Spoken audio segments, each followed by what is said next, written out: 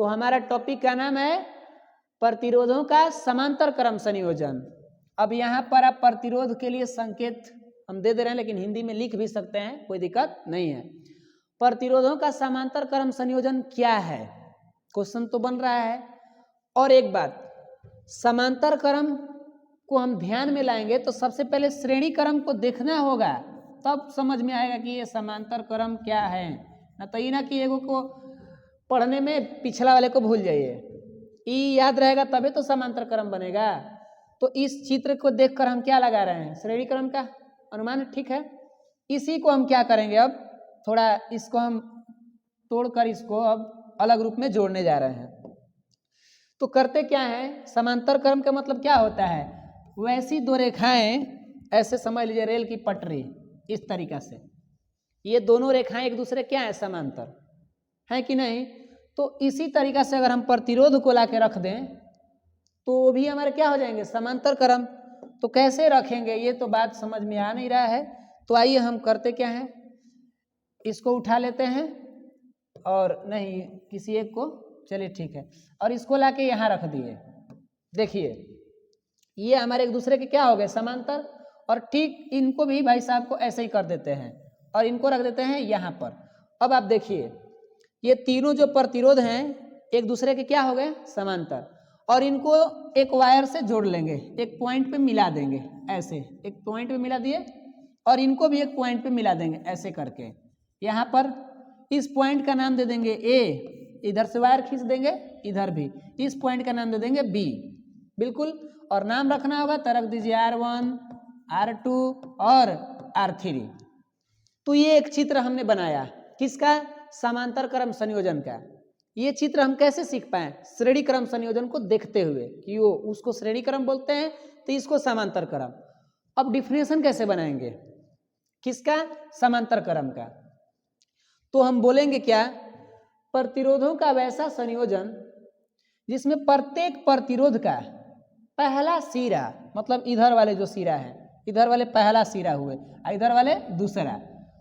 तो प्रतिरोधों का वैसा संयोजन जिसमें प्रत्येक प्रतिरोध का पहला सिरा एक निश्चित बिंदु ए से तथा प्रतिरोध का दूसरा सिरा एक निश्चित बिंदु बी से जुड़े होते हैं, तो इस प्रक्रिया को प्रतिरोधों का समांतर क्रम संयोजन कहते हैं। बात समझ में आ रही है क्या, थोड़ी सी अच्छे से बातों को समझ लीजिए, क्योंकि स्लो बोल रहे हैं, थोड़ा फास्ट तो नहीं बोल रहे हैं ना। तो प्रतिरोधों के समांतर क्रम संयोजन का मतलब क्या होता है भाई, जिसमें जितने भी लगाएंगे हम प्रतिरोध, उनके पहले सिरे को एक निश्चित बिंदु ए से जोड़ देना है और दूसरे सिरे को एक बी से जोड़ देना है। अब कसम मत खाइए कि ए बी रहेगा, कोई और लेटर भी हो सकते हैं, मतलब एक बिंदु पे जोड़ देना है। पहला सिरा एक बिंदु पे और दूसरा सिरा बी बिंदु पे, माने दूसरे बिंदु पर। यहां से तो हम बातें समझ गए। अब इसमें अगर हम देखें कि इनका समतुल्य प्रतिरोध कितना होगा जब समांतर क्रम में जुड़ेंगे, तो इसे संकेत में हम आरपी से सूचित करते हैं। समांतर क्रम संयोजन के लिए समतुल्य प्रतिरोध का संकेत क्या होता है, आरपी होता है। मतलब क्या, पैरेलल रेजिस्टेंस, एक तरह से शॉर्ट में समझिए। तो अब कहेंगे सर इसका भी सूत्र बनता है, तो बिल्कुल बनता है। इसका सूत्र क्या बनता है भाई, तो इसके फॉर्मूला जो बनते हैं वो देखिए इस तरीका से बनते हैं। आरपी बराबर 1 बटा में R1 प्लस 1 बटा में R2 प्लस 1 बटा में R3। ये किनके लिए है भाई, तो ये हमारे फॉर्मूला होंगे किनके लिए, समांतर क्रम संयोजन के लिए। आगे चल के हम इस फार्मूला को सिद्ध करेंगे।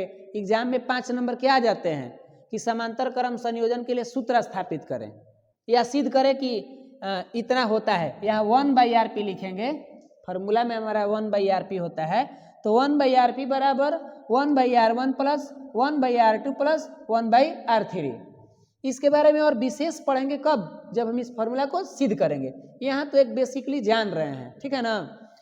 इस के अंदर में हम नोट लिखना चाहेंगे तो एक नोट क्या बनेगा जरा बताइए।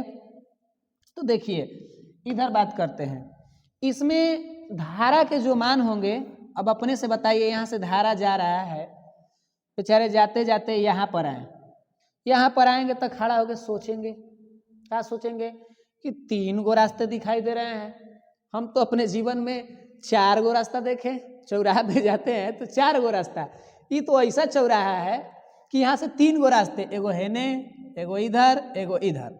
अब धारा का दिमाग चकरा गया कि भाई हम किधर जाएं, तो ये कहता है कि देखिए हम तीनों के तरफ जाएंगे अलग अलग डायरेक्शन में, तो एक धारा इधर चल जाएगा, उसी में से कुछ धारा सामने से चल जाएंगे और उसी में से कुछ इधर चल जाएंगे, तो इनको नाम दे देते हैं I1, I2, I3। यानी समांतर क्रम संयोजन में धारा का मान एक समान नहीं होता है। तो इसमें एक समान क्या होता है, अब कहेंगे ना कि क्या होता है, तो 2 बिंदुओं के बीच विभवांतर उत्पन्न होते हैं, तो हम कह सकते हैं कि इसके अंदर जो विभव या विभवांतर होते हैं वो क्या होते हैं, यह भी इनके लिए भी बराबर, यह भी इनके लिए भी बराबर और उनके लिए भी। तो इसमें विभवांतर का मान नहीं बदलता लेकिन धारा के मान बदल जाता है। ठीक इसके विपरीत में हम पूछें श्रेणी क्रम में, तो उसमें धारा का मान एक समान लेकिन विभवांतर का मान अलग अलग, क्योंकि वहाँ पर बिंदु भाई अलग अलग आए थे कि नहीं आए थे, तो इसीलिए हो सकता है कि हम विभवांतर वाले बात न बोले हों, लेकिन अब तो समझ पाए हैं। तो इस तरीका से हमारे पास इनका फॉर्मूला भी तैयार हो गए और नोट में लिख दिए कि जो धारा के मान हैं ये क्या होते हैं, डिफरेंट होते हैं। डिफरेंट का मतलब बदलते हैं, ठीक है ना, अब इंग्लिश में लिख दे रहे हैं। और जो विभवांतर के मान हैं वो सबके लिए क्या है, इक्वल है। क्या है, इक्वल है, ठीक है ना। तो आप समझ चुके होंगे इस बात को। तो अतः अब हम आपसे यही कहना चाहेंगे, अतः क्या मतलब कोई सिद्ध थोड़े कर रहे हैं, अब यही है कि हमें इजाज़त दीजिए, थोड़ा एक बार रिवाइज करना चाहेंगे तो रिवाइज कर लीजिए। यहाँ से है प्रतिरोधों का संयोजन, तो 2 या 2 से अधिक प्रतिरोधों को आपस में जोड़ने की क्रिया प्रतिरोधों का संयोजन कहलाती है। प्रतिरोधों का संयोजन 2 तरह से होते हैं, श्रेणी क्रम संयोजन, समांतर क्रम संयोजन। उसके बाद श्रेणी क्रम संयोजन का ये चित्र है जिसमें एक के बाद एक जुड़े रहते हैं, और उसके बाद इसका जो समतुल्य प्रतिरोध है उसे RS ले, और इसका फॉर्मूला RS बराबर R1 + R2 + R3।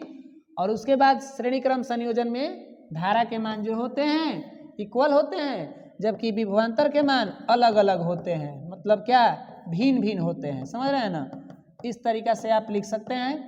और उसके बाद जो हम बात कर रहे हैं समांतर क्रम, तो समांतर क्रम का ये चित्र है जिसमें प्रत्येक प्रतिरोध एक बिंदु A से और दूसरा सिरा उसका B से जुड़े रहते हैं, और इसमें देखेंगे तो धारा के मान क्या होते हैं, अलग अलग, और विभवांतर के मान एक जैसे। इसका समतुल्य प्रतिरोध को RP से, सूत्र होते हैं 1/R1 + 1/R2 + 1/R3। तो इस तरीका से आपसे हम उम्मीद करते हैं कि आप प्रतिरोधों का संयोजन समझ चुके होंगे। तो बस आज के लिए इतना ही रहेगा, मिलते हैं आप सभी से अगले वीडियो में। तब तक के लिए आप मस्त रहिए, स्वस्थ रहिए। जय हिंद, जय भारत।